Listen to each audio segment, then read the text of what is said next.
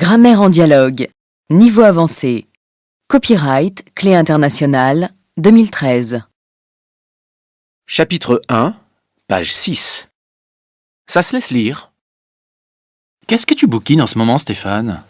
Je viens de finir un polar qui se lit très vite. On sent que c'est un peu commercial, car il faut que ça se vende le plus possible.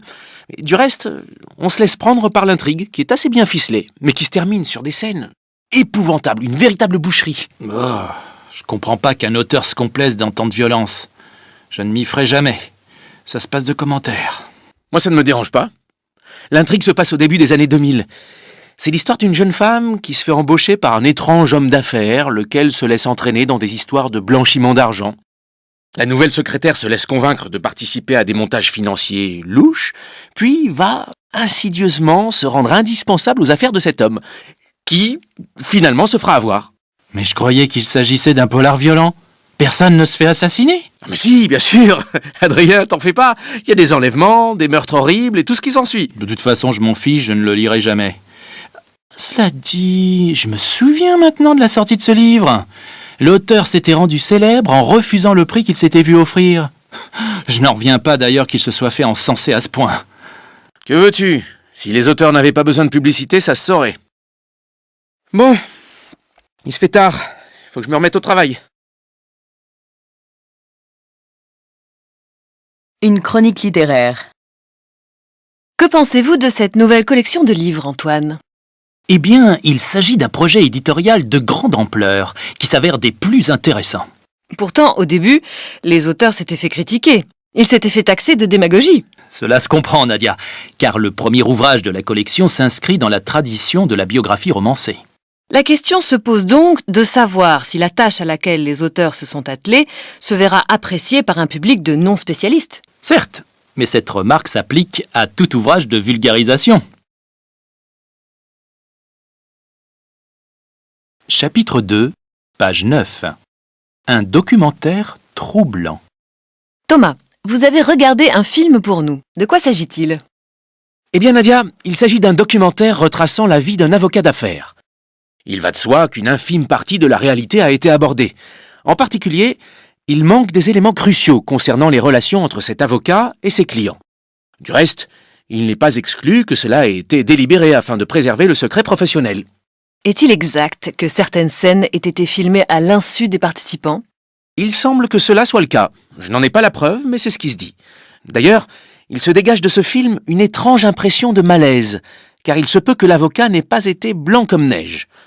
En revanche, il n'y a pas lieu de douter du sérieux ni de l'indépendance de la documentariste qui, paraît-il, a suivi une solide formation de journalisme d'investigation.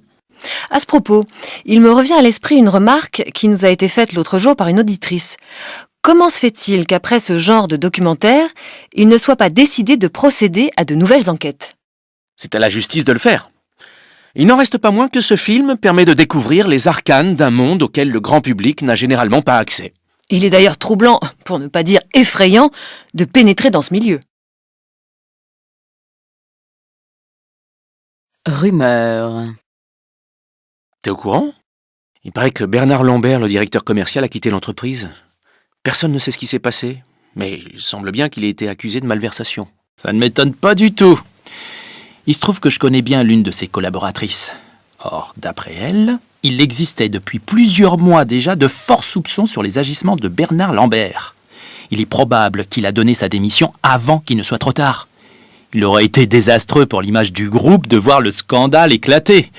À mon avis, il aura été convenu entre la direction et Lambert de régler les choses à l'amiable et discrètement. T'as lu le communiqué des ressources humaines? C'est assez confus, mais il en ressort qu'il n'y a pas lieu de faire de commentaires. C'est toujours la même chose. Il suffit qu'il y ait une accusation grave pour que l'entreprise prétende qu'elle n'y est pour rien. Maintenant, il s'agit d'attendre la réaction des collègues de Lambert. Il n'y avait qu'à voir la tête de Christophe l'autre jour pour deviner que Lambert n'était probablement pas le seul à être impliqué. Je me demande ce qu'il adviendra de cette équipe. Eh ben, il se passe des choses louches dans cette entreprise. Chapitre 3, page 12. Une dispute.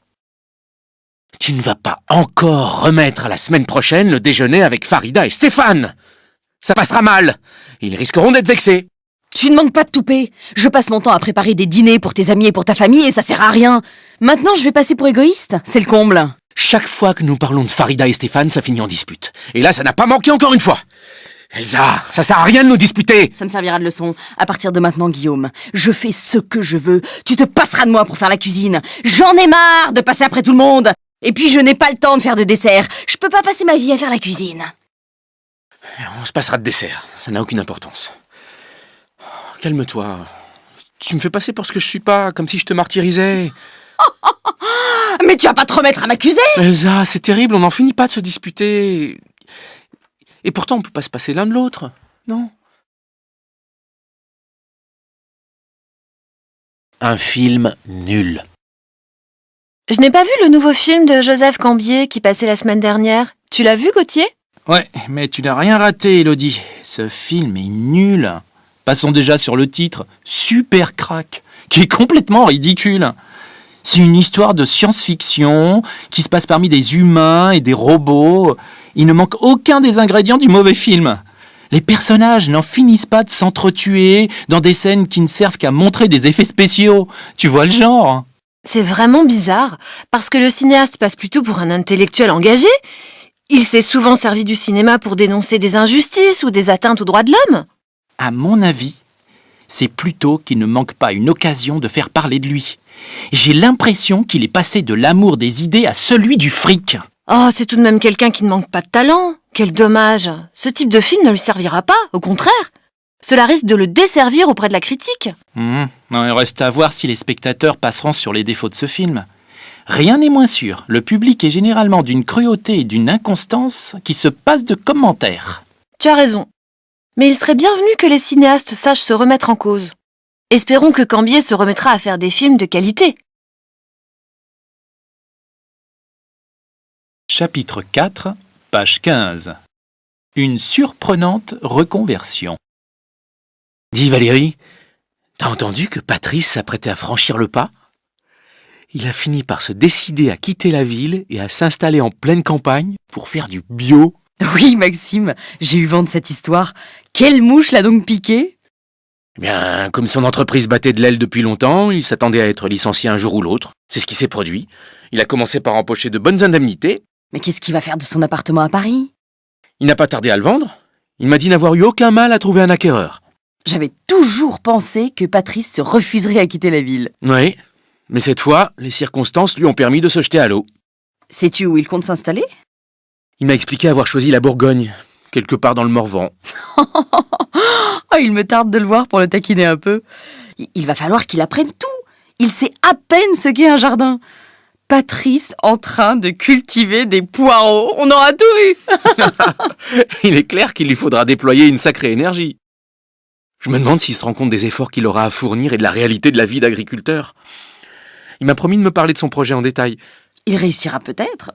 Après tout, qui ne risque rien n'a rien, comme on dit. Il est caractériel. Finalement, Laurent, j'ai proposé à Xavier de participer à notre réunion de demain. T'as du courage, Cédric. Moi, je ne me serais pas risqué à l'inviter.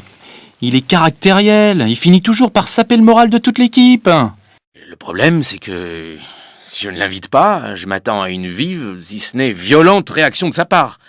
Ce qui serait contre-productif au bout du compte. Tous ceux qui participent à la réunion sont des vieux de la vieille. Ils n'hésiteront pas à s'affronter à lui, surtout s'il commence à leur expliquer par A plus B ce qu'il faut faire. Tout cela ne tardera pas à tourner au vinaigre. Moi, je me refuse à entrer dans ce genre de polémique. Xavier est l'un des chefs, on n'y peut rien. Je ne peux pas ne pas lui demander de venir. Eh bien, ça promet de ne pas être triste. On n'apprend pas aux vieux singes à faire la grimace, pour reprendre le proverbe. Je te souhaite bien du plaisir, Cédric. Merci, Laurent, je me passe de tes sarcasmes. Il me tarde que cette réunion ait lieu. Plus tôt ce sera fini, mieux ça vaudra. Grammaire en dialogue. Niveau avancé. Copyright, Clé internationale, 2013. Chapitre 5, page 21. Un nouveau musée. Michel Leclos, vous êtes conservateur en chef du musée des Beaux-Arts qui vient de rouvrir. Cette rénovation, est-ce vous qui l'avez souhaitée? N'aurait-il pas fallu s'y atteler depuis de nombreuses années? Bien entendu. Notre musée exigeait depuis fort longtemps une importante modernisation. Pourquoi ne l'avons-nous pas effectué plus tôt? Nous manquions de fonds, jusqu'à ce que de généreux mécènes s'enthousiasment pour le projet. De quelle manière le musée a-t-il été rénové? Et d'abord, comment vous y êtes-vous pris pour choisir l'architecte? La municipalité, la région et l'État ont lancé un appel d'offres. Un projet a été retenu parmi plusieurs dizaines. Je tiens à signaler qu'il a été choisi à l'unanimité et en totale concertation avec tous les partenaires. Les sommes consacrées à cette rénovation ne réduiront-elles pas les marges de manœuvre du musée?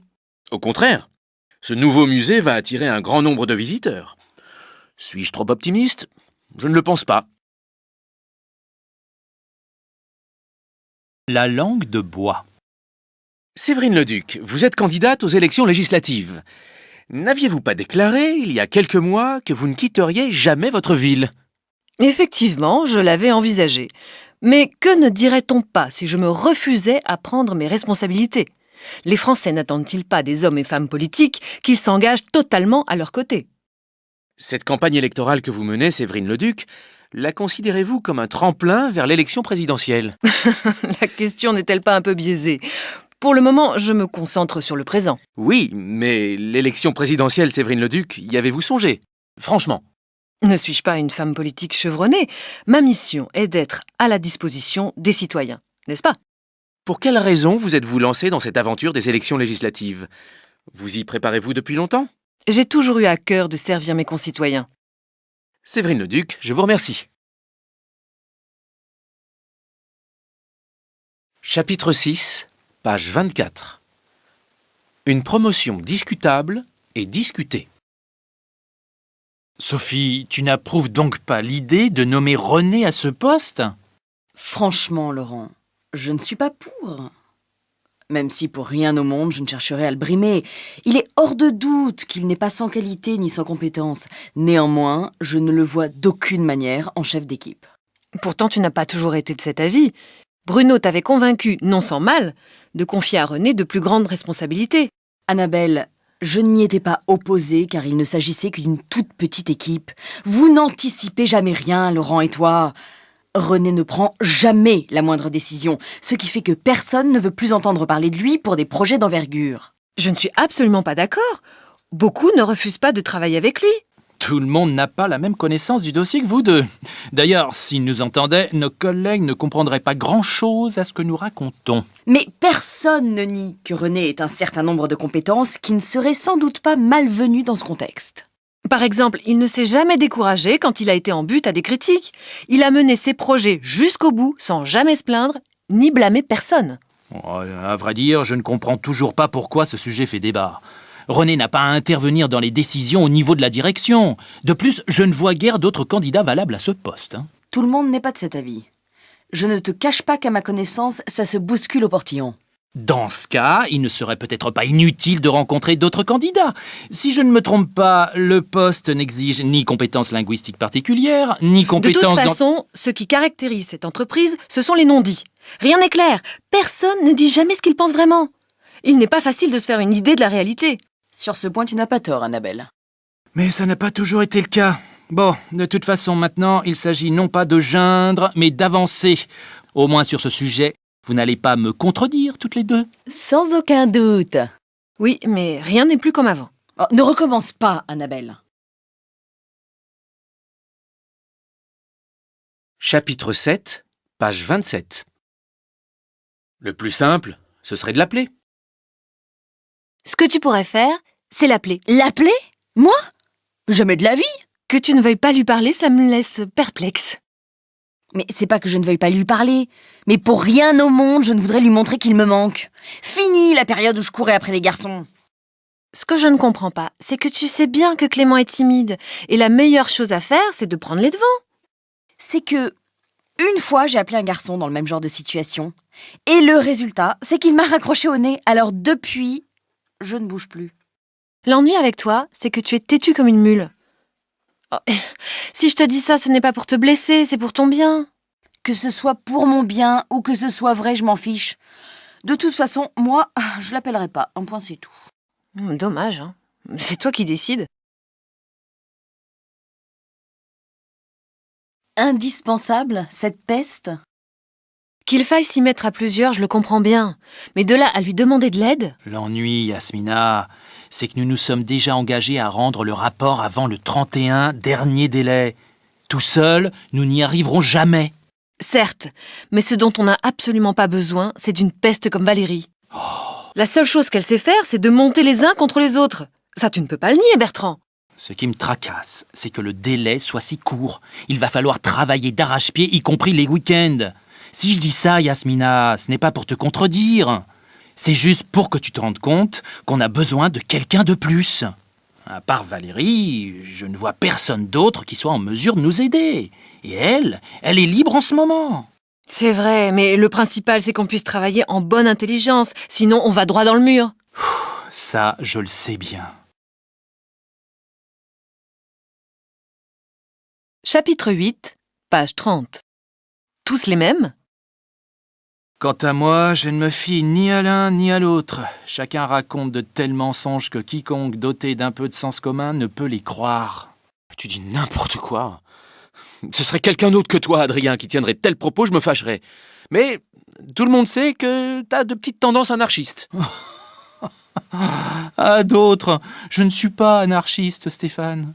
Je suis désespéré que ces candidats soient si mauvais, entre autres parce qu'ils n'ont aucune personnalité. Chacun s'avère plus fade que l'autre.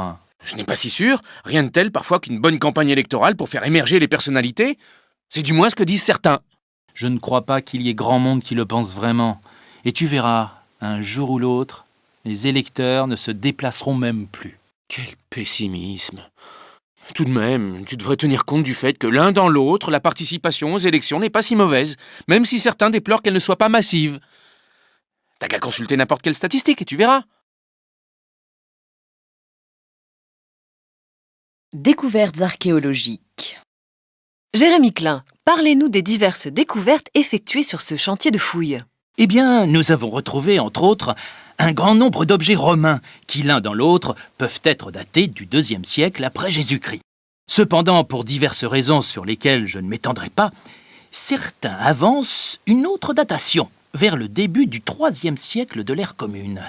Une telle découverte dans la région permettra-t-elle d'envisager l'ouverture d'un musée au public? Un jour ou l'autre, il est probable que nous aurons à exposer ces pièces de monnaie, ces statuettes et ces objets en métal.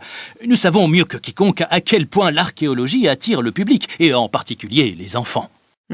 Pourtant, dans la région, pas grand monde ne se précipite dans les musées archéologiques. Ce n'est pas à la portée de n'importe qui. Certes, tout le monde n'y va pas, mais pour quelle raison? Tout d'abord, il va de soi qu'on ne doit pas présenter les trouvailles telles quelles.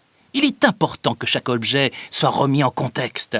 Une telle présentation pédagogique rendra la visite infiniment plus vivante et enrichissante. Je vois, Jérémy Klein, que vous autres archéologues avez toutes sortes de bonnes idées à creuser.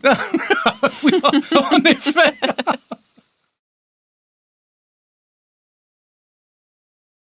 Grammaire en dialogue. Niveau avancé. Copyright, Clé internationale, 2013. Chapitre 9, page 36. Au volant. Ce qui me renverse, c'est que tant de gens qui prétendent bien conduire ne se rendent pas compte qu'au moment où ils téléphonent en voiture, ils mettent en danger la vie des autres. Tout comme il est dangereux de conduire en écoutant de la musique à fond. Mais j'en connais qui ne s'en privent pas. Moyennant quoi, on ne s'étonne plus de voir tant d'accidents. Il existe un élément dont on parle peu, et qui pourtant devrait faire débat. C'est le fait que ce sont les hommes qui provoquent le plus d'accidents graves. Comme quoi, on a toujours des surprises. Quand on voit la manière dont les femmes se comportent au volant. Espèce de macho. Il y a des moments où je te taperais dessus bien volontiers. Et moi qui osais dire que les femmes pouvaient être agressives. Ce que tu as dit, c'est qu'elles conduisaient mal. Ce qui t'étonnait, c'est que ce ne soit pas elles qui provoquent le plus d'accidents. C'est la façon dont tu l'as dit qui m'a énervée. C'est le ton qui fait la chanson, ma chère Véronique. Dur métier. Ce château, devant lequel nous nous trouvons et près duquel quelques batailles décisives ont eu lieu, c'est celui où le roi recevait... Pourquoi riez-vous? Il n'y a pas de quoi rire. Dame, vous en connaissez, vous, des rois? Ah, Thibaut, c'est intelligent. Si tu faisais attention à la manière dont tu formules tes questions.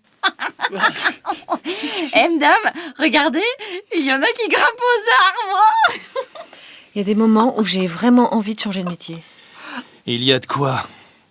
Mais ne te tracasse pas. Tu en auras toujours qui s'en ficheront et d'autres que les visites intéresseront. Écoute, ce pourquoi on se bat, c'est l'ouverture d'esprit, la culture. Au train où l'on va, on n'arrivera même pas à entrer dans le château. Qui plus est, il y a des élèves devant lesquels je ne sais même plus quoi dire. Monsieur, c'est quoi ce truc? Ce truc, comme tu dis, c'est une statue en marbre à laquelle l'artiste a consacré une grande partie de sa vie.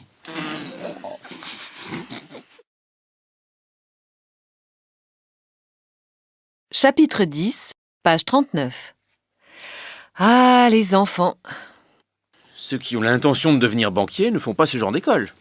Ceci dit, Cyprien n'a jamais été très clair sur ce qu'il voulait faire. Oui, c'est le moins qu'on puisse dire. On aura tout entendu. Ingénieur? Tout mais pas ça. Cette fois-ci, ça y est, je sais ce que je veux faire, je vais être pâtissier. Celui qui pourra me dire ce que Cyprien a décidé de faire dans la vie n'est pas encore né. Il changerait encore d'avis que cela ne m'étonnerait pas. Cela étant dit, il faudra bien qu'il se décide un jour ou l'autre. Ça commence à bien faire. Et ne parlons pas de son frère. Ce que va faire Bastien après avoir raté ses examens reste un mystère.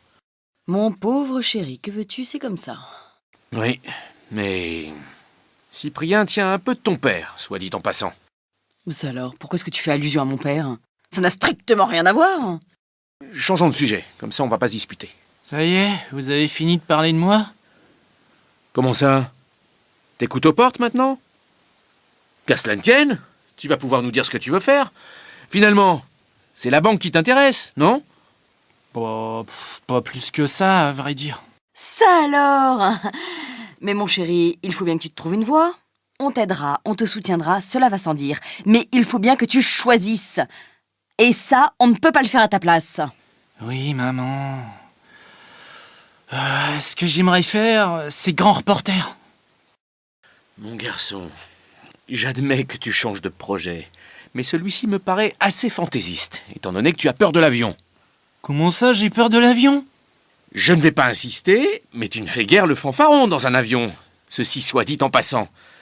Et parmi tous tes projets, celui de devoir voyager tout le temps m'intrigue un peu, c'est tout. Cyprien, à part ça, qu'est-ce qui te plaît dans le métier de reporter? À part ça, comme dit ta mère, c'est-à-dire à part le fait que tu ne pourras jamais faire ce métier, dis-nous enfin ce qui t'intéresse vraiment. Avec tout ça, je ne sais plus vraiment. Je ne sais pas lequel des deux m'énerve le plus. Celui qui sait tout ou celui qui ne sait pas ce qu'il veut. Chapitre 11, page 42. Nos athlètes. Bonne nouvelle pour les amateurs d'athlétisme. Sébastien s'est remis à l'entraînement. Croyez-le ou non, sa grand-mère y est pour quelque chose. Elle lui a été d'une grande aide en le soutenant constamment, y compris financièrement. Envisage-t-il de se présenter au championnat de France? Je sais qu'il y pense. Il a déjà récupéré ses forces, mais il ne veut pas en rester là. Une victoire au championnat de France, vous y croyez, Antoine? Non seulement j'y crois, mais j'en suis convaincu, Nadia. Je vous rappelle que Sébastien l'avait emporté haut la main lors de sa dernière prestation. Pourtant, son entourage, y compris son entraîneur, n'emmenait pas large après la blessure que le jeune homme avait reçue à l'époque. Cela lui avait coûté sa carrière et on le disait fini. Oui, mais tenace, voire stoïque, Sébastien l'a toujours été. Quelques mois après sa grave chute, il avait discrètement repris l'entraînement à l'insu des journalistes. Oh, quel courage! Son entraîneur n'en est pas encore revenu. Antoine, parlons maintenant de Magali. Où en est-elle de sa carrière? Tout le monde la donnait victorieuse en championnat, mais sa concurrente Aurélie ne l'a pas entendue de cette oreille, et c'est cette dernière qui l'a emportée contre toute attente. Eh oui, les supporters de Magali lui en veulent un peu, car ses succès précédents lui avaient tourné la tête au point de l'amener à sous-estimer son adversaire. Nous lui connaissons effectivement ce penchant, qui lui joue souvent de mauvais tours. Ambitieuse, elle l'est. Arrogante, hélas, elle l'est aussi. Souvenez-vous d'ailleurs de la fois où elle s'en était prise aux journalistes qui avaient osé la critiquer pour son jeu. Certains de nos confrères l'avaient mal pris, et Magali avait été obligée de présenter ses excuses pour ne pas envenimer la situation. Ceci mis à part, tout le monde lui passe ses caprices car c'est une grande championne. Beaucoup croient en elle et en son talent. D'ailleurs, on ne lui connaît pas d'incartade depuis quelques mois. Elle va participer au championnat et ses fans, tout comme ses adversaires, l'attendent de pied ferme. En voilà une sur qui reposent de grands espoirs. Vous l'avez dit, Nadia. Chapitre 12, page 45. Fermer l'usine? Envisager de fermer cette usine, c'est une décision incompréhensible. À en juger par les réactions des médias, tout le monde s'y attendait. De toute façon, faire du profit immédiat, c'est le seul objectif en ce moment. Après avoir promis de garder l'usine, la direction explique maintenant que délocaliser est la seule solution viable financièrement. Je le sais, j'ai entendu le responsable du personnel annoncer la nouvelle. Pourtant, j'en suis convaincu. Prendre une telle décision, c'est condamner à mort toute la région. À mon avis, la direction n'a qu'une idée en tête. Partir là où la main-d'œuvre est la moins chère. Eh bien, ils vont trouver à qui parler. Les syndicats mettront tout en œuvre pour faire échouer ce plan-là. Redresser l'entreprise et sauver la région, c'est tout de même la priorité. D'accord, mais où trouver de nouveaux clients? Faute d'avoir développé des produits innovants, l'entreprise a perdu des parts de marché. Et dire que les syndicats avaient déjà alerté la direction sur cette faiblesse, c'est à se taper la tête contre les murs. Alors que faire? Constituer une sorte de coopérative et racheter l'usine? Peut-être, mais le problème, c'est d'obtenir des financements. Ce matin, à la télévision, j'ai vu le ministre déclarer que le gouvernement tenterait l'impossible pour sauver l'usine. À t'entendre, on dirait que les solutions sont à portée de main. Moi, je suis un peu sceptique. Franchement, je ne sais plus quoi penser. Comment s'y retrouver dans tous ces arguments? À qui se fier? C'est à s'arracher les cheveux. Écoute, la position des syndicats est facile à comprendre. Renoncer à développer cette usine, aller jusqu'à la fermer, jamais. Oui, mais là, j'ai bien peur que ce soit reculé pour mieux sauter. On ne va tout de même pas regarder les emplois disparaître et rester les bras croisés. La rumeur courait il y a quelques semaines qu'un investisseur étranger était intéressé par la reprise de l'usine. C'est une information à confirmer, bien sûr, mais c'est tout de même bizarre de ne pas y faire allusion, non? Vous en avez entendu parler tous les trois? Oui, vaguement. Mais de là à s'imaginer qu'on est sauvé... De mon côté, j'ai cru comprendre qu'il y avait à boire et à manger dans ce projet.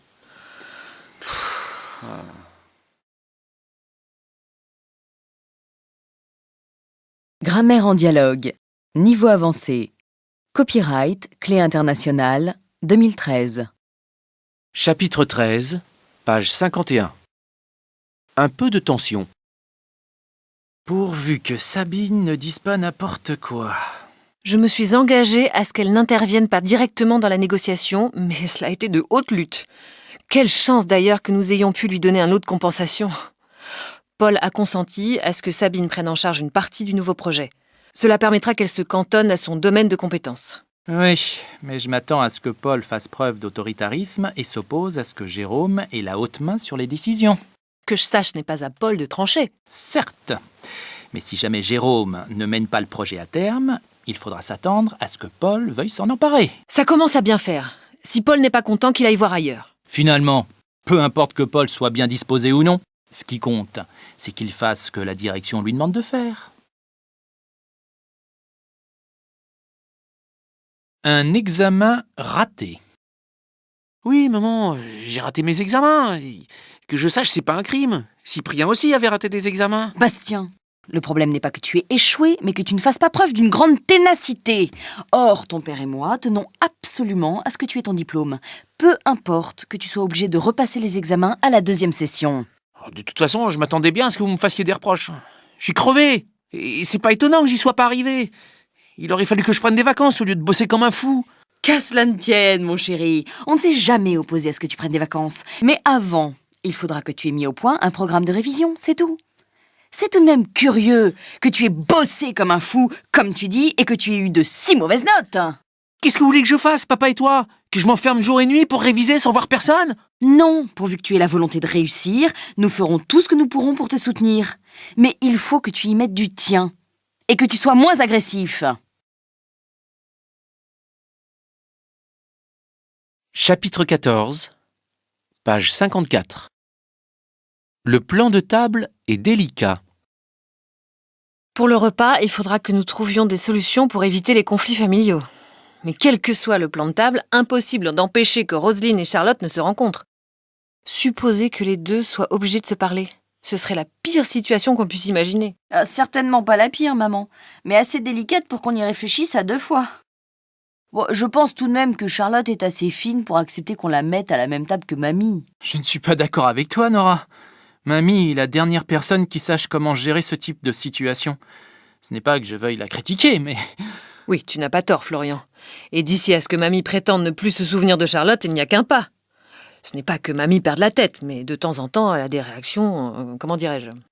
assez imprévisible. Dans ce cas, il faudrait que tu dises à Sabrina de se dévouer, qu'elle s'asseye à côté de Roselyne. Il n'y a qu'elle qui puisse nous sortir d'affaire. Ouais, espérons qu'elle veuille bien. Écoutez, quoi que nous fassions, il y aura toujours quelqu'un pour critiquer ou pour râler.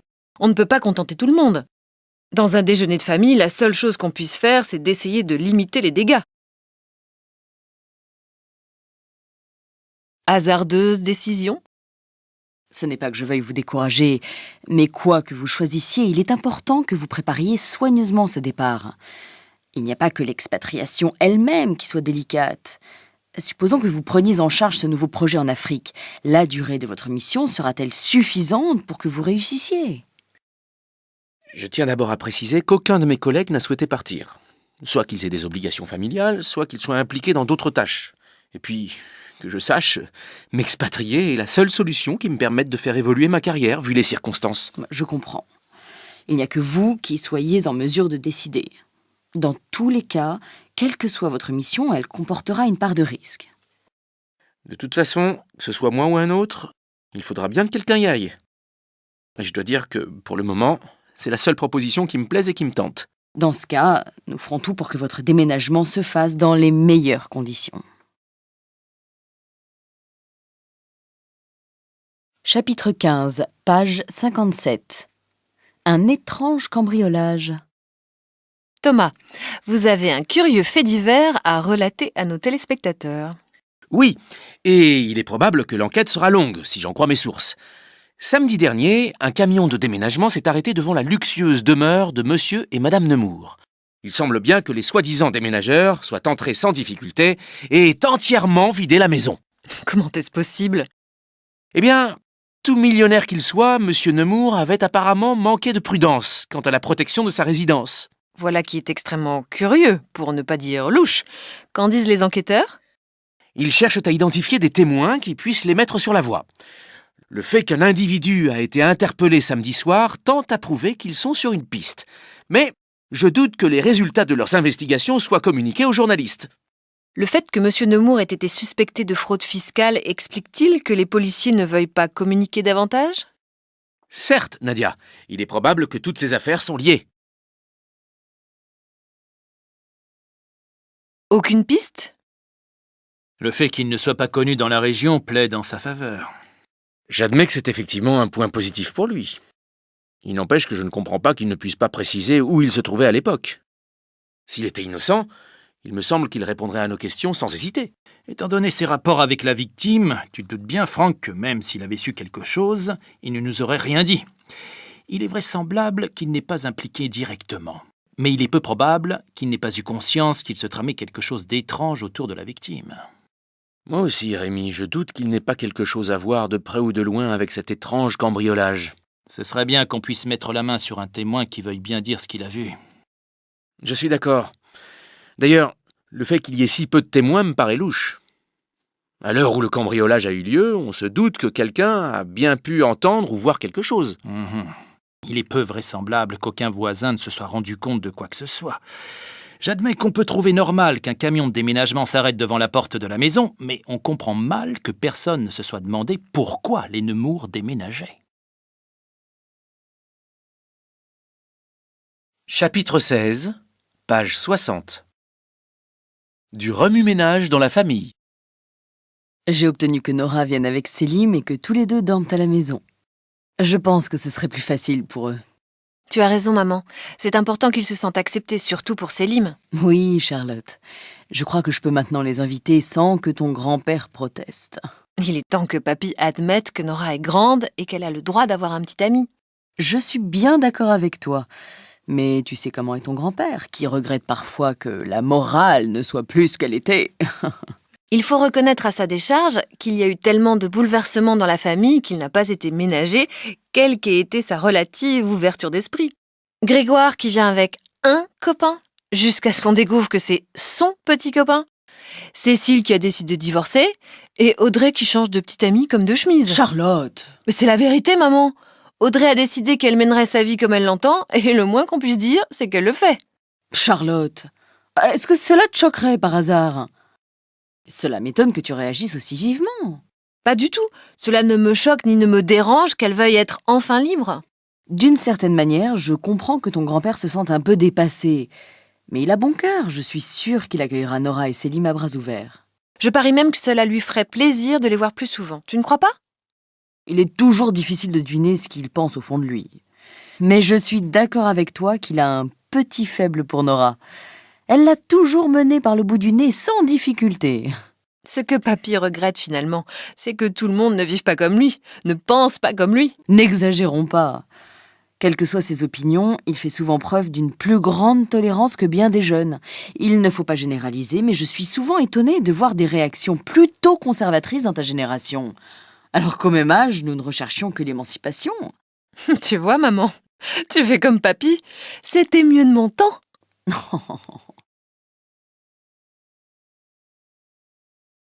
Grammaire en dialogue. Niveau avancé. Copyright, Clé internationale, 2013. Chapitre 17, page 66. Rivalité. Excuse-moi, Émilie, je t'ai interrompue, tu étais en train de travailler. Qu'est-ce que tu faisais? Je finissais de préparer des photos pour mon exposé. Un peu plus, j'allais oublier d'envoyer les documents à temps. Tu as toujours eu tendance à faire les choses à la dernière minute, non? Oui, bien sûr, mais j'ai des excuses. Je devais faire mon topo jeudi, mais cela a été avancé à mercredi et j'ai dû mettre les bouchées doubles pour y arriver. C'est la différence entre toi et moi. Quand j'avais ce genre d'exposé à préparer, je m'y prenais toujours des semaines à l'avance. Tout était prêt, je n'avais plus qu'à prendre mon sac et y aller. Je savais bien que tu t'érigerais en exemple, Karine. Tu t'es toujours évertuée à me montrer subtilement ta supériorité dans l'organisation.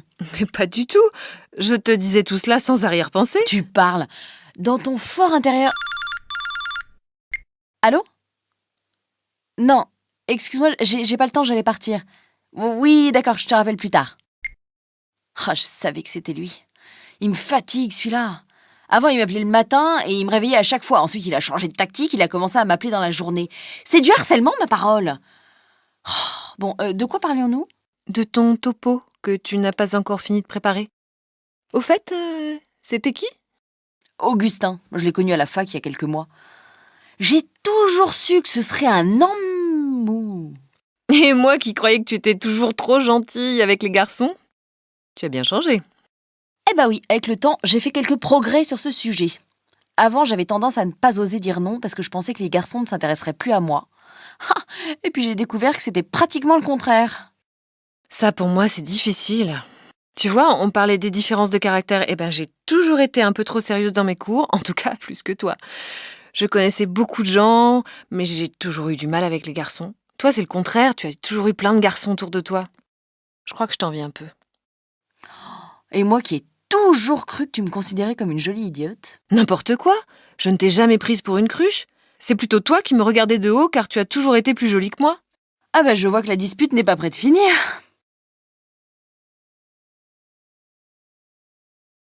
Chapitre 18, page 69. Selim n'arrive pas. Il n'arrivera donc jamais. Je commence à me faire du souci.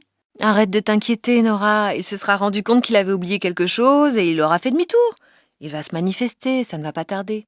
En attendant, il n'appelle pas et son mobile ne répond pas. Bon, tu me diras que je pourrais essayer à nouveau. Est-ce que tu peux être anxieuse, ma pauvre Nora? Tu ne changeras jamais. S'il n'a pas téléphoné d'ici un quart d'heure, je prends ma voiture et je fonce chez lui. Et je te répondrai que tu as tort de te précipiter. Un jour, il faudra tout de même que tu arrêtes de dramatiser le moindre retard. Selim va finir par en avoir par-dessus la tête. Et ne viens pas pleurer quand il t'aura quitté. Tu es gonflée, Charlotte. C'est toi qui dramatise. Tu verras le jour où toi, tu seras amoureuse si tu ne réagis pas comme moi. Eh ben, on n'a pas fini de discuter. Car moi, jamais je ne réagirai ainsi. Si enfin j'ai un homme dans ma vie, je lui laisserai sa liberté. C'est le minimum. Bon, ça, on en reparlera. Hein.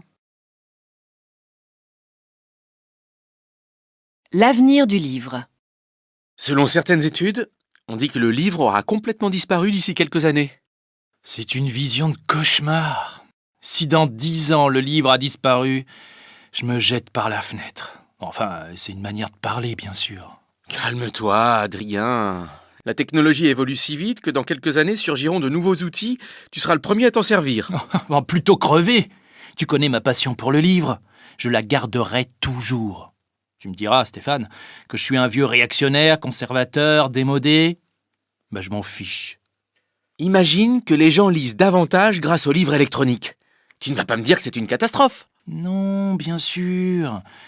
Mais je ne changerai pas d'avis. Je reste convaincu que le livre va rester un objet fondamental. On ne pourra jamais s'en passer. Ça, qui vivra verra. Chapitre 19, page 72. Si c'était moi, Je serai à la tête d'une pareille entreprise, je me préoccuperai d'abord de la qualité des produits. On dirait que la direction s'en fiche complètement. tu ne t'en sortirais pas forcément mieux. Tu crois vraiment que tu aurais toutes les compétences et que tu saurais prendre les bonnes décisions ?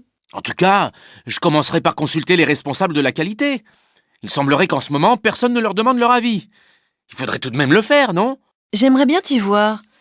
Il n'y aurait pas que la qualité à prendre en considération. Qu'est-ce que tu ferais de l'aspect financier ? Tu ne saurais même pas lire un rapport comptable.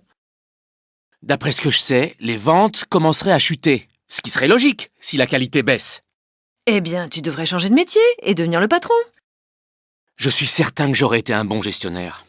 Tu sais que je devais reprendre l'entreprise de mon père. Finalement, ça ne s'est pas fait pour toutes sortes de raisons. En fait, je me serais beaucoup investi si j'en avais eu la possibilité. Tiens, qui arrive ? On dirait Léon. Ah non, c'est Laurent. C'est bizarre, j'aurais juré que c'était Léon. Bonjour Yasmina. Salut Gilles. J'aurais voulu savoir si tu pouvais passer à mon bureau ce matin. J'aurais 2 ou 3 bricoles à voir avec toi. T'aurais dû me le demander plus tôt, car je pars en réunion. Dans ce cas, on pourrait se voir cet après-midi. La direction aurait enfin pris la décision d'améliorer la qualité des produits. On aimerait que cela soit vrai. J'aurais vraiment aimé parler de tout cela avec toi. Tu serais libre vers 15h ? Je pourrais me libérer à ce moment-là. De mon côté, je devrais peut-être en parler avec mon équipe alors. À mon avis, il vaudrait mieux attendre. Rien n'est confirmé et on ne saurait être trop prudent. Ce serait tout de même dommage de tout rater à cause d'une gaffe. Tu ne serais pas un peu dubitatif par hasard ? Dubitatif, peut-être pas. Ce serait plutôt une petite tendance à la superstition. Tant que rien n'est confirmé, je préférerais que tout cela reste entre nous.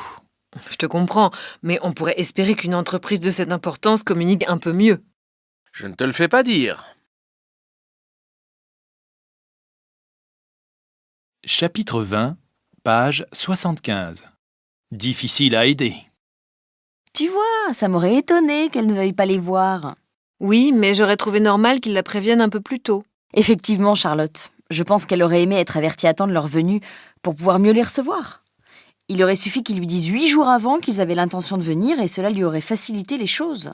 Quelquefois, je me demande s'il n'aurait pas mieux valu que nous lui proposions de l'aider. Tu la connais, elle ne supporterait jamais que nous la traitions comme une vieille dame.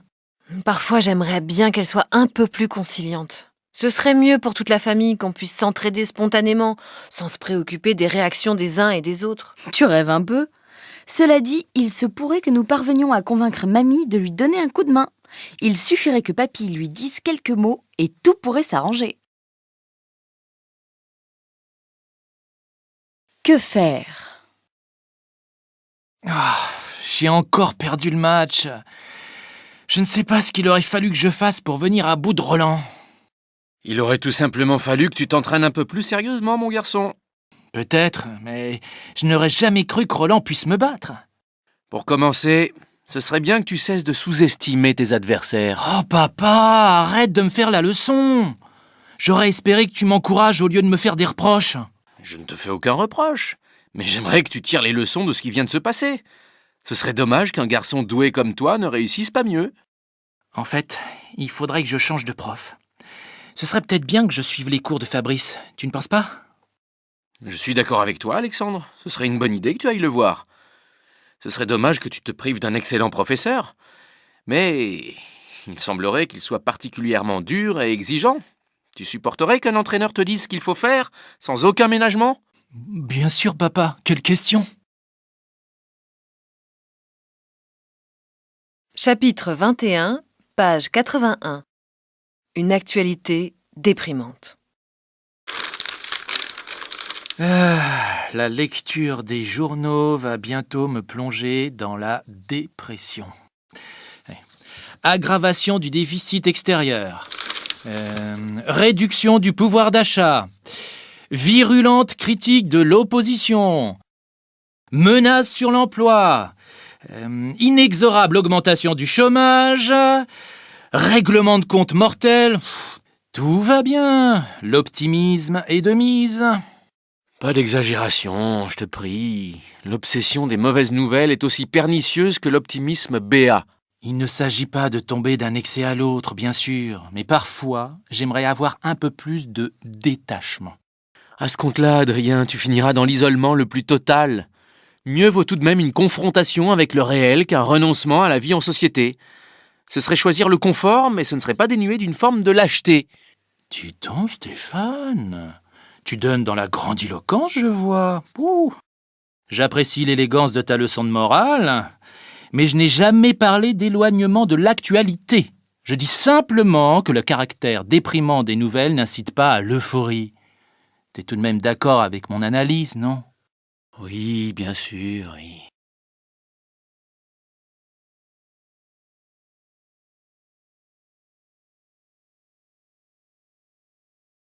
Un mauvais feuilleton.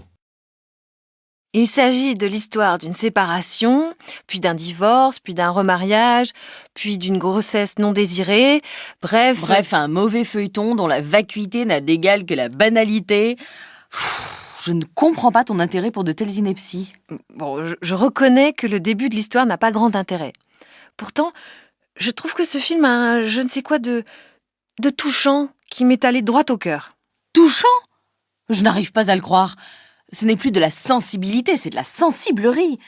Le sujet est d'une telle banalité que je ne vois pas la différence avec n'importe quel téléfilm. Si tu le dis. Ce doit être ma vulnérabilité en ce moment qui me joue des tours. Au moins, ta prise de conscience de cette fragilité est un pas en avant. Mais nous sommes en train de nous éloigner du sujet. Il y a du laisser-aller. On n'avait pas prévu de travailler.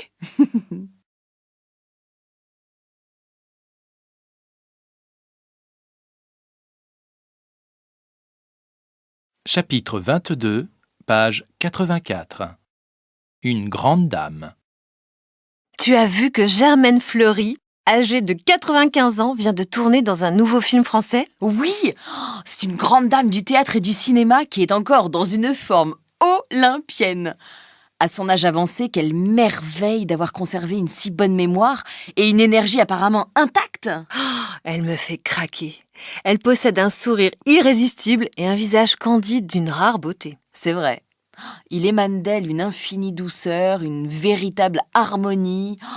Elle doit être d'un incurable optimisme pour avoir gardé un esprit et un corps aussi alertes. Quand je serai une vieille dame, j'espère que j'aurai une certaine ressemblance avec elle.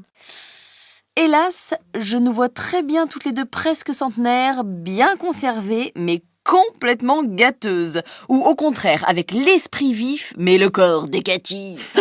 Quelle horreur! Vive la jeunesse éternelle! Oui!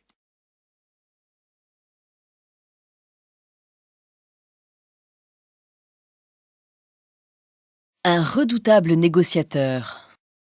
La dernière fois que j'ai aperçu Arnaud, il faisait une brève incursion dans un séminaire mortellement ennuyeux d'ailleurs, où l'on ressassait les sempiternelles questions existentielles. Je trouve étonnant qu'un esprit aussi pénétrant perde un temps précieux dans des réunions oiseuses. Ah, je suis d'accord avec toi. Quel homme remarquable. Tu sais qu'il s'avère un redoutable négociateur. Il est capable de gérer des dossiers complètement embrouillés, de répondre aux questions les plus pointues sur des sujets aussi variés qu'épineux, le tout avec un petit sourire énigmatique qui ne le quitte pas. Moi aussi, j'ai pour lui la plus profonde admiration. Avec ça, il a gardé une attitude plutôt modeste, qui contraste avec le comportement condescendant de ses collègues. Je me souviens que Luc, qui arrive toujours avec un air supérieur et suffisant, avait participé à une longue réunion avec Arnaud. Et cela avait constitué une rude épreuve pour lui. Arnaud avait d'abord fait preuve d'une certaine réserve, puis progressivement, il avait exposé des arguments à la fois subtils et convaincants qui avaient laissé ses partenaires pantois. J'imagine la scène. D'autant que Luc a une forte tendance à une agressivité mal contrôlée. D'un simple regard glacé comme il sait le faire, Arnaud a dû le remettre à sa place. C'est un sacré bonhomme tout de même.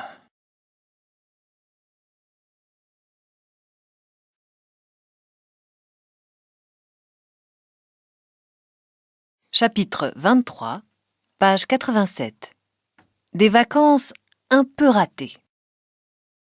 A priori, il s'agissait d'organiser un voyage entre vieux copains de toujours. A posteriori, ça s'est révélé un ratage complet.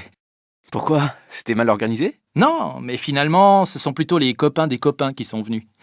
Il y en avait bien qui étaient assez sympas, mais les autres se sont avérés vraiment pénibles. Je crois bien que je n'ai pas pu échanger un mot avec la plupart d'entre eux. C'était bien la peine de te donner tant de mal.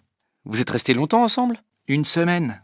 Mais dès que j'ai compris ce qui se passait, je suis parti illico avec Romane, qui heureusement était là. Grosso modo, nous avons fait des randonnées tous les deux pratiquement tous les jours. Curieusement, personne ne s'est rendu compte de notre absence. Je t'avais bien dit que c'était pas forcément une bonne idée de réunir ces gens-là. Ouais, j'aurais mieux fait de t'écouter. Que veux-tu? C'est bien fait pour moi. Ça m'apprendra à toujours vouloir réunir tout le monde, y compris des gens que je connais à peine. J'espère bien que la prochaine fois, tout se passera mieux.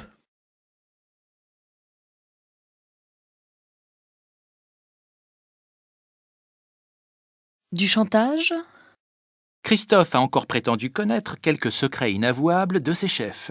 Tu penses bien que cet argument a failli peser lourd dans la négociation. On est bien d'accord que c'est du chantage, non? Oui. Mais je sais que Simon a tenu bon, heureusement. Apparemment, il a coupé court à toutes les insinuations de Christophe. Il avait vu clair dans son jeu. Simon est quelqu'un de bien et de solide. Certes, mais je lui souhaite bien du plaisir pour la suite avec Christophe. Toute cette situation risque de coûter cher à l'entreprise. Je me doutais bien que ce serait difficile. Après le départ de Lambert, la direction est restée étonnamment discrète. Maintenant, je vois bien ce qui se tramait. Bref, nous verrons bien ce qu'il adviendra. Mais a priori, je ne suis guère optimiste. Tiens, justement, voilà Christophe qui passe là-bas.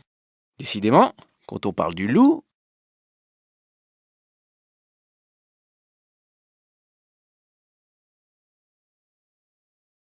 Chapitre 24, page 90. Une mésaventure.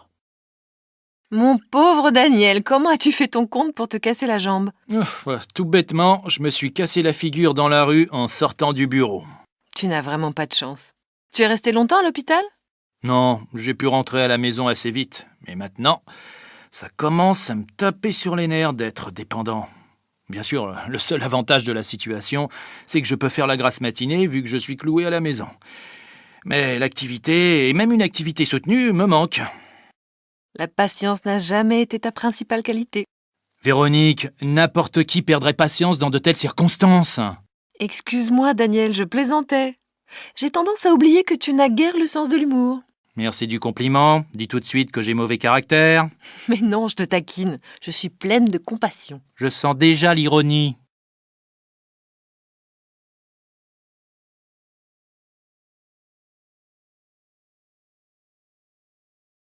Un homme à poigne? J'ai toujours éprouvé un certain respect pour Yves, même s'il a un caractère difficile. Pour ne pas dire un caractère de cochon. T'as raison. C'est une personnalité hors du commun. Mais je ne suis pas sûr que ce soit un si bon manager. Pour ce genre de fonction, il faut quelqu'un qui ait de la poigne, mais qui sache aussi faire la part des choses et montrer un certain sens diplomatique. Il faut dire qu'Yves se caractérise par l'énergie, c'est certain. Mais c'est une qualité à double tranchant.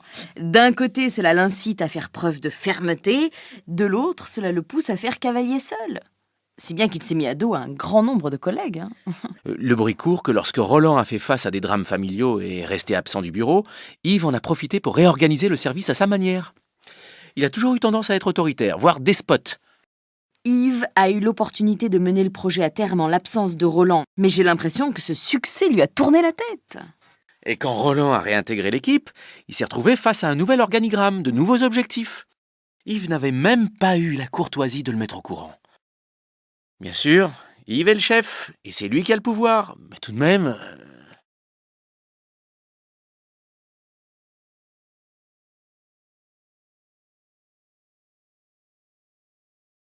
Chapitre 25, page 93. Un bureau de ministre. Waouh, dis donc, mon cher Arnaud. Une cheminée en marbre, une table en acajou, un lustre en cristal. C'est un vrai bureau de ministre que tu as là. Ne plaisante pas, je te prie. Le bureau du ministre, c'est celui d'en face. Il est vrai que maintenant, tu as un poste en or, ce qui est tout à fait normal pour un homme de ta qualité. Ta volonté de faire t'a mené loin. Jean-Baptiste, arrête tes sarcasmes. Tout cela est principalement une question de chance et de capacité à saisir les occasions quand elles se présentent. Bien sûr, monsieur le secrétaire d'État. Arrête, je ne suis que chef de cabinet, il ne faut pas exagérer. Que chef de cabinet. Tu as raison, mon cher Arnaud. C'est modeste. Je suis sincère, Jean-Baptiste. Nous sommes amis d'enfance, tu penses bien que je n'emploierai pas la langue de bois avec toi. Je te taquine, Arnaud. Parlons sérieusement. Quelles sont tes responsabilités ? Eh bien, depuis le départ de mon prédécesseur, la liste des tâches a un peu évolué. Il faut que je connaisse à fond les dossiers du ministre, car la prise de décision ne peut se faire sans une bonne connaissance des tenants et des aboutissants. J'imagine que la pression des délais est énorme, n'est-ce pas ? Évidemment, sans compter la participation aux réunions, celle du ministre et celle de mon équipe.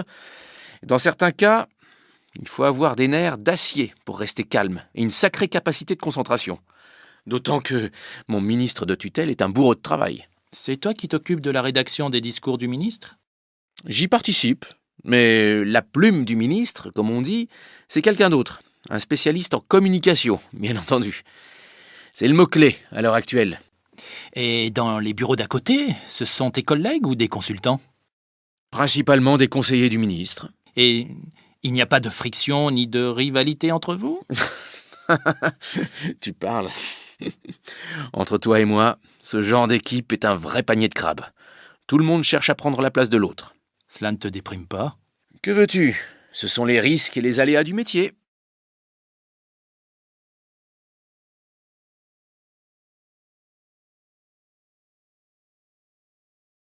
Chapitre 26, page 99.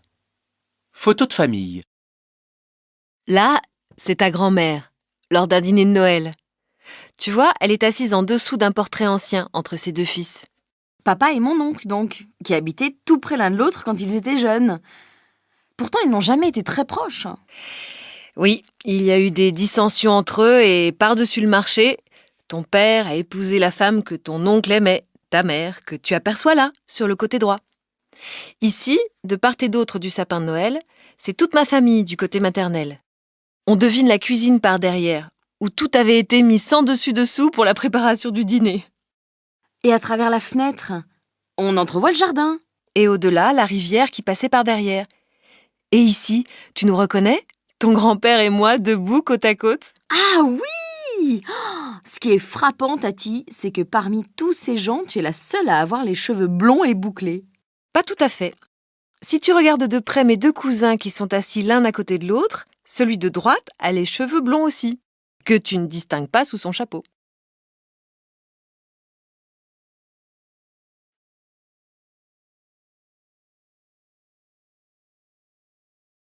Une rénovation urbaine.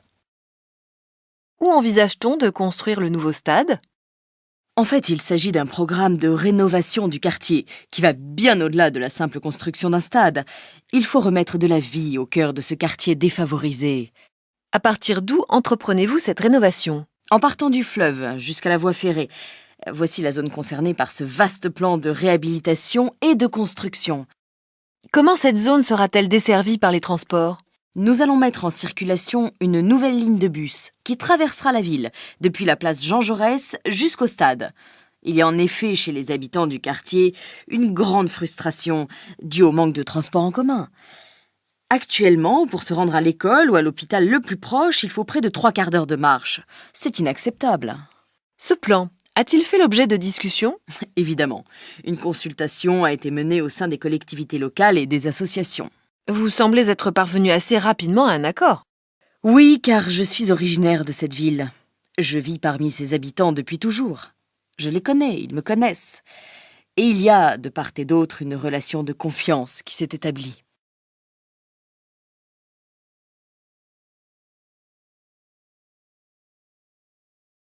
Chapitre 27, page 102. Quelle pagaille! Quelle histoire ce matin ! J'attendais le métro depuis un petit moment et je commençais à m'impatienter. Là-dessus, on nous annonce qu'il y a encore une fois un incident technique. Sur ces entrefaites, certains passagers exaspérés ont fait un esclandre, c'était la pagaille. Je te crois, puisque moi, au même moment, j'étais à la station suivante, et à peine on entendait une annonce que tout le monde se mettait à râler. De temps en temps, un panneau électronique s'allumait avec des indications contradictoires.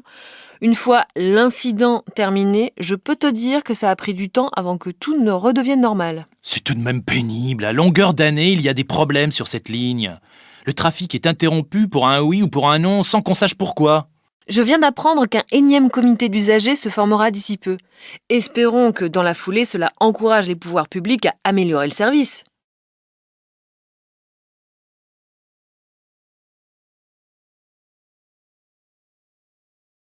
Une jalousie féroce.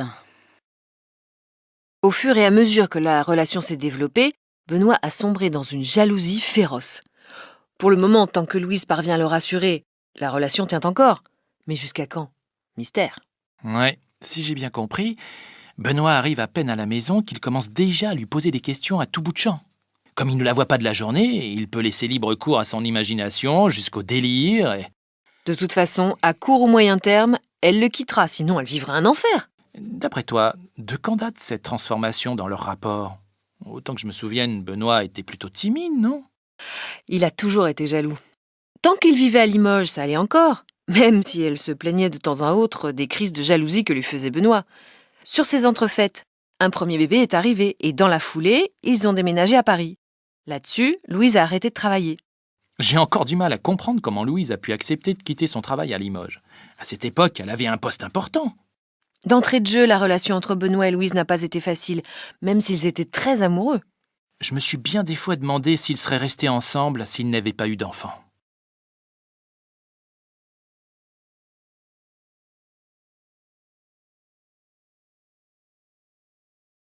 Chapitre 28, page 105. Des sources fiables?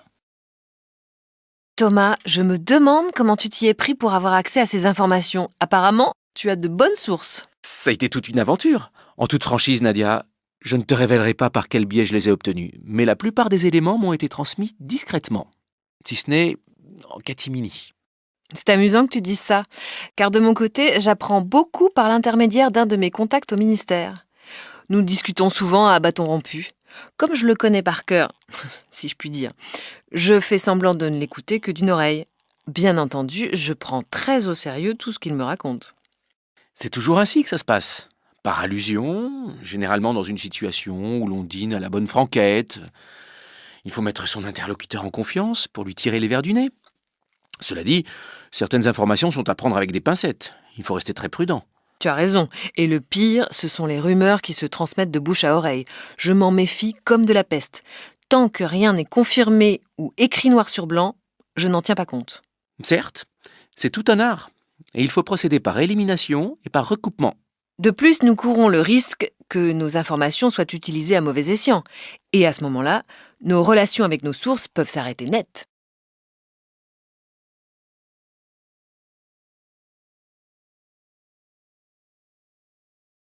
Une enquête policière. Les policiers semblent mener leur enquête tambour battant, mais ils ne parlent à la presse qu'à mots couverts.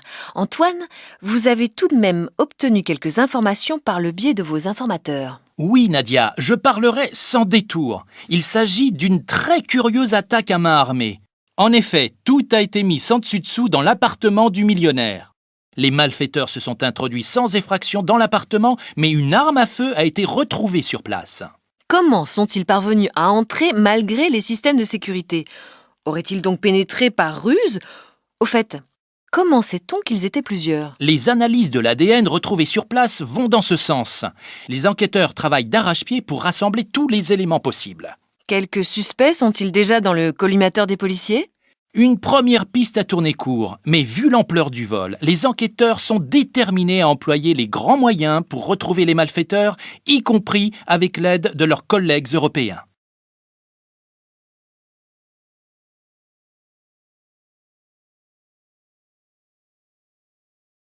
Chapitre 29, page 108. Des flopées de touristes. Madame le maire, la présence de très nombreux touristes constitue une source fort importante de revenus pour votre ville. Quelle politique d'accueil avez-vous mise en place? Vous avez raison. Les touristes affluent, puisque nous recevons en moyenne 4 millions de visiteurs par an, dont une bonne moitié d'étrangers d'ailleurs. Tant que ça. Et pourtant, il semble que la majorité d'entre eux se cantonne aux monuments les plus connus. Savez-vous combien explorent vraiment la ville ? En effet, peu de touristes, et malheureusement nous n'en connaissons pas le chiffre exact, se risquent hors des sentiers battus, ce qui est regrettable. Si les vacanciers étaient un tant soit peu curieux, ils s'aventureraient davantage dans les recoins secrets de la ville, qui regorgent de merveilles. Bien des gens se contentent d'une visite rapide, donc superficielle. Ne faudrait-il pas revoir de fond en comble votre politique d'accueil des touristes ? Il faut du moins l'améliorer. En particulier, nous allons mettre en place de nombreux circuits attrayants, incitant les visiteurs à mieux parcourir la ville. Malgré les efforts consentis, beaucoup reste à faire. Et je ne vous cache pas qu'une pile de dossiers m'attend.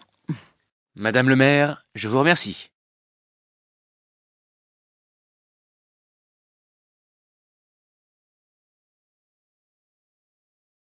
Un artiste prolifique. Dis donc, c'est bourré d'objets d'art chez toi. Tiens, qu'est-ce que c'est que ça ? C'est une sculpture faite par un copain artiste. C'est une personnalité aussi originale que prolifique. Il a des idées à revendre, même si parfois il crée des objets un tantinet excentriques. Et encore, celui-ci est relativement classique. Ton copain est connu ? Maintenant, oui. Mais il n'a pas toujours eu du succès, tant s'en faut. Au début, il a été copieusement critiqué. Mais maintenant, la majorité des experts en art le respectent. J'imagine qu'il n'a pas pléthore de clients. Au contraire, désormais il a des clients, en veux-tu en voilà. L'autre jour, il me disait qu'il commençait à crouler sous les commandes. Ça me fait plaisir pour lui. Comme quoi, un véritable artiste finit toujours par être apprécié et reconnu par une bonne partie du public.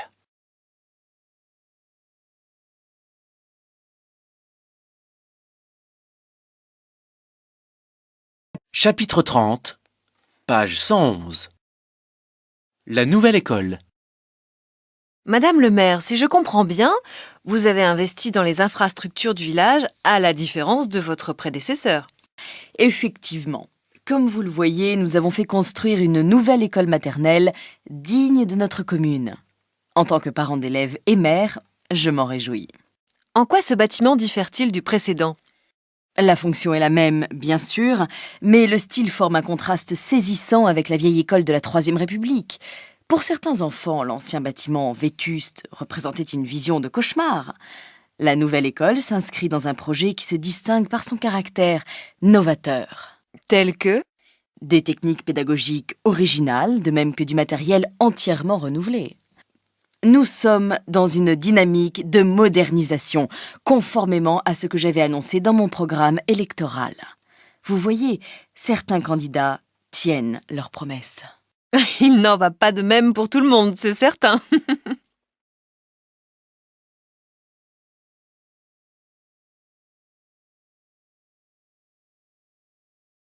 Encore des conseils. Héloïse m'a donné un nombre considérable de judicieux conseils dont je n'avais aucun besoin, comme pour bien me montrer que je n'étais pas capable de me débrouiller toute seule. Tu devrais faire ceci, pas cela, et tout à l'avenant. Comme si tu ne connaissais pas ta copine d'enfance. Elle est comme elle est. Elle et son frère sont pareils. Ils ont toujours eu les mêmes tendances. Tu plaisantes, maman. Il y a un abîme entre l'intelligence de Mathieu et celle de sa sœur. Nora, je ne compare pas leur cerveau, mais leur personnalité. Pour des raisons complètement différentes, tous les deux ont la même manie de donner des conseils à qui veut les entendre. Peut-être, mais Héloïse parle comme si elle avait la science infuse, comme si les autres ne comprenaient rien à rien. Non, Mathieu n'est pas pareil. Tel père, tel fils, comme on dit. Mathieu a toujours agi conformément aux désirs de son père, surtout ne pas se différencier des autres, dans cette famille très comme il faut. Héloïse, c'est le contraire. Comme pour provoquer ses parents, elle s'est toujours opposée aux habitudes familiales. Conclusion, Héloïse et Mathieu croient dur comme fer qu'ils sont les meilleurs. Cela n'excuse rien.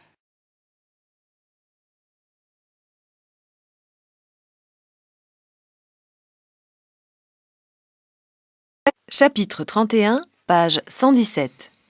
Élection en perspective. Si jamais Roland était élu à la mairie, cela entraînerait de gros changements au conseil municipal.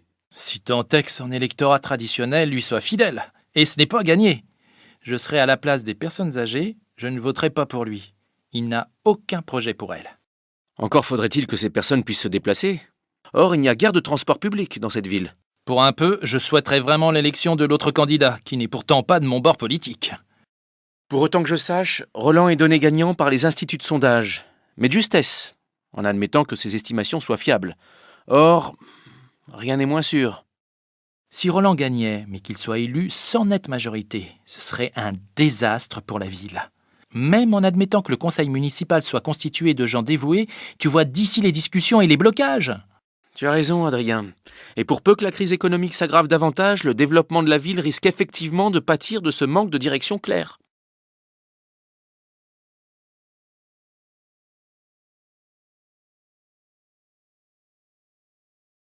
Une réunion décisive.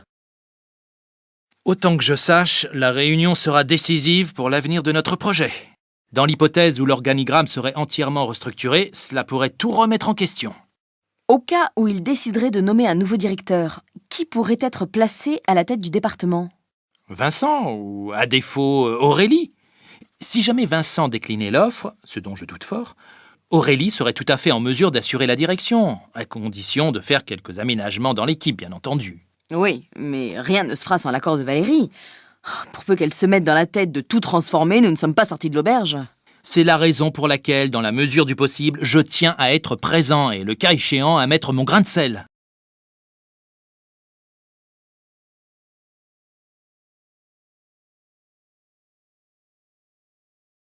Chapitre 32, page 120. Ouf!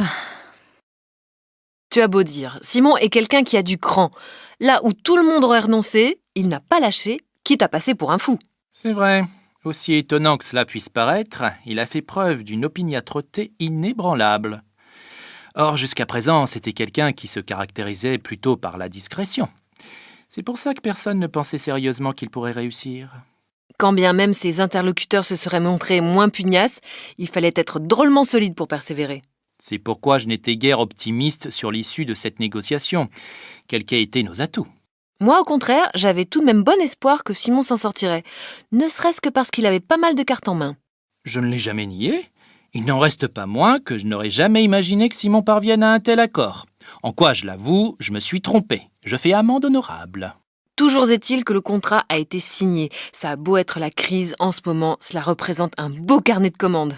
Mais l'entreprise n'est pas sortie d'affaires pour autant, ne serait-ce que parce que ce contrat ne suffira pas à lui tout seul à donner du travail à toute l'usine. Il n'empêche que c'est la première bonne nouvelle depuis des mois. On ne va pas bouder notre plaisir tout de même.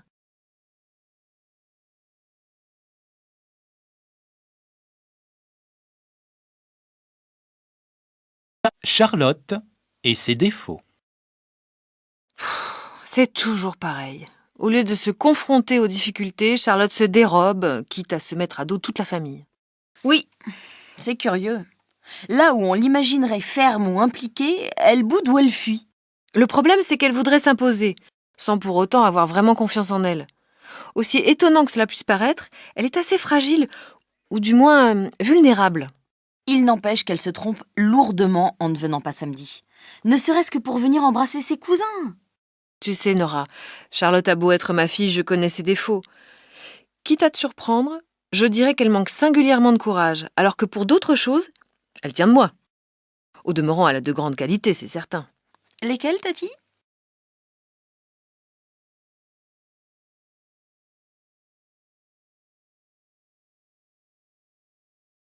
Chapitre 33, page 123.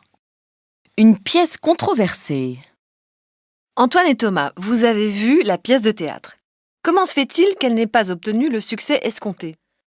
Eh bien Nadia, si effectivement cette pièce a connu un relatif échec, ce n'est pas que le public ne se soit pas rendu compte de sa qualité, mais plutôt qu'il n'a pas été séduit par la mise en scène.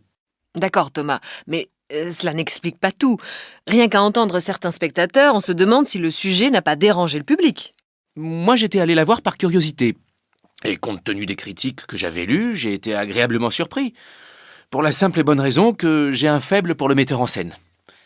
Néanmoins, je reconnais que le sujet est sombre, voire tragique, et de ce fait, n'a pas attiré les foules. Il est certain qu'on n'éclate pas de rire à chaque réplique, c'est le moins qu'on puisse dire. En effet, d'ailleurs quand j'y suis allé, la salle était à moitié vide. Pourtant, d'après le directeur du théâtre à qui j'ai parlé, ce n'est pas faute d'avoir fait de la publicité.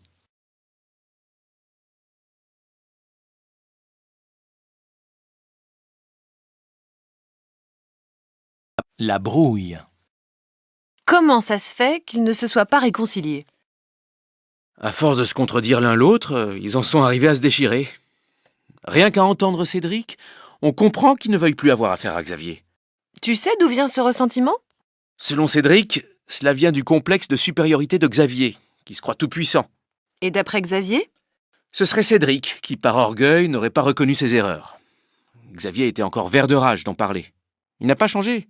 Il m'énerve à toujours dramatiser, à exagérer la gravité des choses. Conclusion, il est difficile de se faire une opinion. Tu as essayé de les rapprocher? À quoi bon? Je n'y arriverai jamais, d'autant que la situation risque d'empirer, et pour cause. Qu'est-ce que tu veux dire par là? À force de flatterie, Xavier vient d'obtenir de ses chefs un poste que Cédric convoitait depuis plusieurs années. En désespoir de cause, Cédric a décidé de s'expatrier. D'autant qu'il déteste la flagornerie et qu'il n'est pas prêt à faire des concessions. Au moins, le problème diplomatique sera réglé. Ceci dit, par curiosité, j'aimerais bien savoir si Xavier ne se mettra pas d'autres collègues à dos.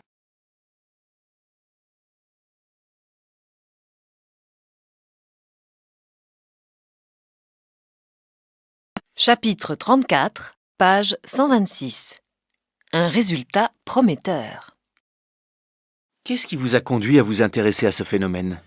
Nous avions déjà mené quelques études qui s'étaient, hélas, soldées par un échec, à telle enseigne que nous pensions nous être fourvoyés.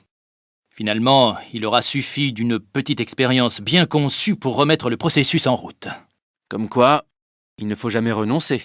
Du moins, en cas d'échec, nous devons toujours nous remettre en cause de façon à tirer les leçons de nos erreurs. Ici, c'est précisément l'analyse de quelques dysfonctionnements qui nous a aidés à trouver des solutions. Le processus auquel vous faites allusion ouvre-t-il la voie à de nouvelles découvertes biologiques? Il est un peu trop tôt pour en être sûr. De toute façon, le succès de l'expérience nous incite à persévérer dans cette direction jusqu'à, qui sait, une véritable percée scientifique. Au point de révolutionner nos connaissances? Ce serait trop beau pour être vrai. Je n'irai donc pas jusque-là, mais les conclusions auxquelles nous sommes parvenus sont très encourageantes. Aussi avons-nous lancé de nouvelles expériences et nous espérons qu'elles produiront leurs fruits.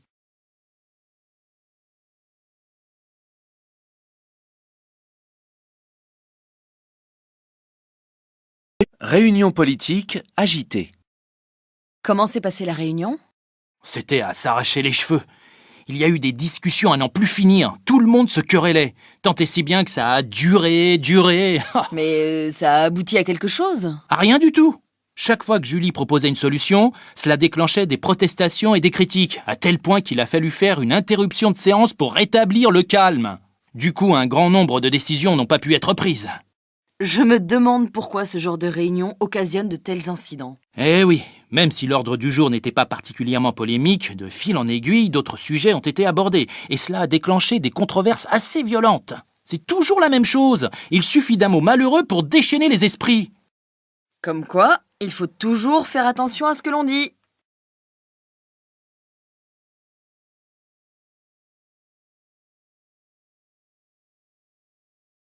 Chapitre 35, page 129.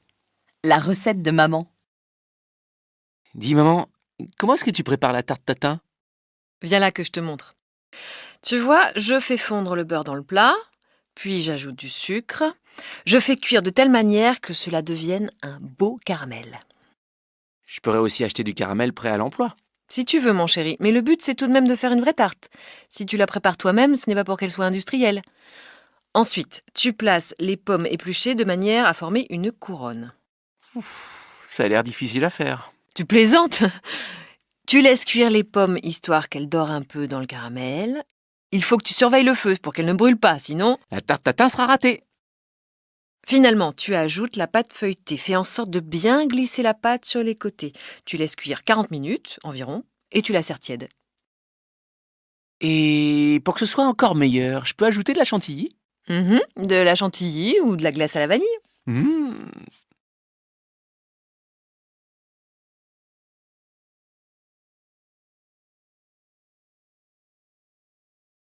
Projet culturel. Quel est l'objectif de cette maison culturelle? Elle n'a pas d'autre but que d'inciter les enfants à pratiquer un art. Notre propos est de faire découvrir à la fois la musique, le théâtre, la danse, le mime, mais aussi la peinture, la sculpture. Pour ce faire, qu'avez-vous mis en place? Tout d'abord, nous faisons en sorte que les enfants puissent se familiariser avec différents arts, sans exiger de niveau particulier. En effet, dans ce quartier défavorisé, de nombreux parents n'osent pas inscrire leurs enfants à des activités artistiques, de peur qu'ils ne se sentent en échec. Il est certain que des progrès restent à faire pour développer une véritable politique culturelle dans ce quartier. Vous avez raison. Et c'est exactement ce que nous visons avec cette maison culturelle. Même si nous sommes encore loin du but, nous ferons tout ce qui est en notre pouvoir pour que ces enfants accèdent enfin au monde artistique.